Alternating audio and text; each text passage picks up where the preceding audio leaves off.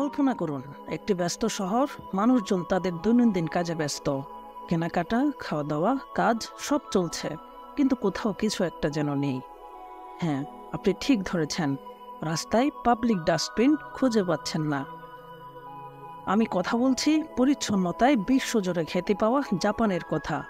তবে কিভাবে জাপান এত পরিচ্ছন্ন, যেখানে রাস্তায় ময়লা ফেলার একটা ডাস্টবিনও নেই? যদি জানতে চান এর পেছনের রহস্য, তাহলে ভিডিওটির শেষ পর্যন্ত নিউজ বাংলার সাথেই থাকুন। জাপানে পরিচ্ছন্নতা কেবল একটি অভ্যাস নয়, বরং এটি জাপানিজদের জীবনযাপনের একটি অংশ মাত্র। জাপানের শিন্তো ধর্মের মূল মন্ত্রই হল পরিচ্ছন্নতা এবং পবিত্রতা।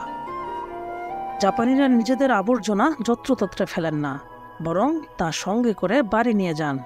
এটাই তাদের সংস্কৃতির মূল ভিত্তি। তারা রাস্তাঘাটে বা জনসমাগমস্থলে ময়লা ফেলার কথা কল্পনাই করতে পারে না। এই অভ্যাসটি জাপানের সমাজের গভীরে প্রথিত। জাপানে বর্জ্য ব্যবস্থাপনা অত্যন্ত পরিকল্পিত। জনগণ তাদের বাড়িতে আবর্জনা বাছাই করে রাখে এবং বিভিন্ন দিনে বিভিন্ন ধরনের আবর্জনা সংগ্রহ করা হয়। আবর্জনার স্তূপ তৈরি করার পরিবর্তে নাগরিকেরা নিজেরাই পুনর্ব্যবহারযোগ্য জিনিসগুলো আলাদা করে রাখেন এবং সরকারি নির্দেশিকা অনুযায়ী ফেলে দেন। ব্যক্তিগত ও সামাজিক স্তরে এই দায়িত্ববোধ তাদের পরিচ্ছন্নতার মূল ভিত্তি। কেবল সংস্কৃতিগত কারণে নয়, জাপানে পাবলিক ডাস্টবিন না থাকার পেছনে রয়েছে এক দুঃখজনক ইতিহাস।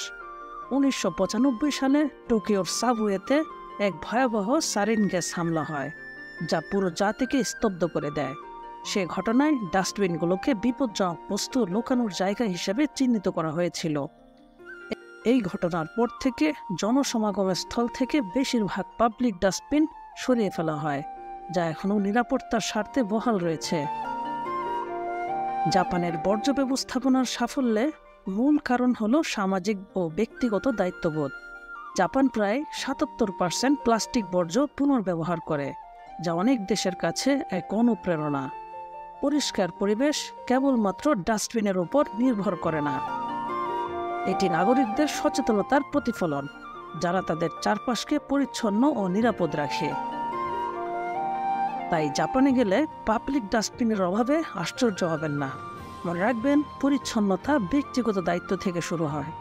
জাপানের এই পরিষ্কার পরিচ্ছন্নতা আমাদের জন্য এক শিক্ষার উৎস হতে পারে।